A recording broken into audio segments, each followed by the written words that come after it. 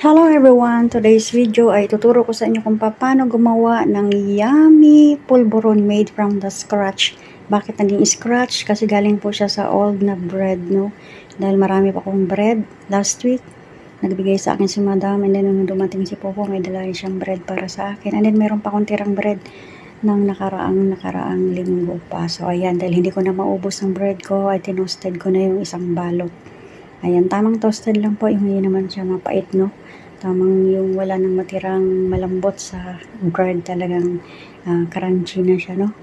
Talagang toasted na talaga siya. So, and then after natin mapatoasted ang bread ay atin naman siyang durugin. Pwede natin gamitin ang blender kapag dudurog or kung mano-mano lang ang ginawa ko. Although may blender naman dito, kaya lang hindi ko ginamit kasi baka marinig. Alam niyo naman pag blender maingay, no?